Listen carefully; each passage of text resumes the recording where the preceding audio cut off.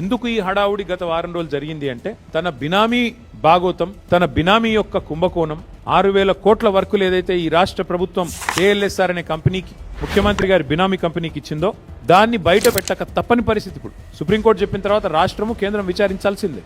Supreme court ఇంకొక మాట కూడా చెప్పింది, CBI or SFIO, serious fraud investigation agency or ED, ఈ 3 ఏజెన్సీల ద్వారా వెంటనే విచారణ జరిపించండి.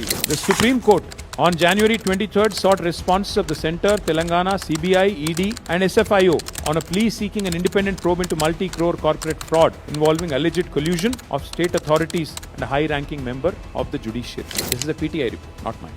ఈ ఫ్రాడ్ను, ఈ బినామీ భాగోతాన్ని దాచడానికే గత వారం 10 రోజులు నానా తంటాలు పడి, పాపం మిమ్మల్ని ఇబ్బంది పెట్టి, మీరు రోడ్ల మీదకి వచ్చి, మా నాయకులు, మా కార్యకర్తలు ఇబ్బంది పడి, ఏం జరిగిందయ్యా ఇందులో అంటే ఇవి అసలు విషయం. కుర్చీలో కూర్చున్న దొంగని ఇద్దరు పరస్పరం తమ బినామీ భాగోతం బయటికి రాకుండా ఉండడం కోసమే దావోస్ నుంచి ఆదేశాలు ఇచ్చి ఈ డ్రామా నడిపారు.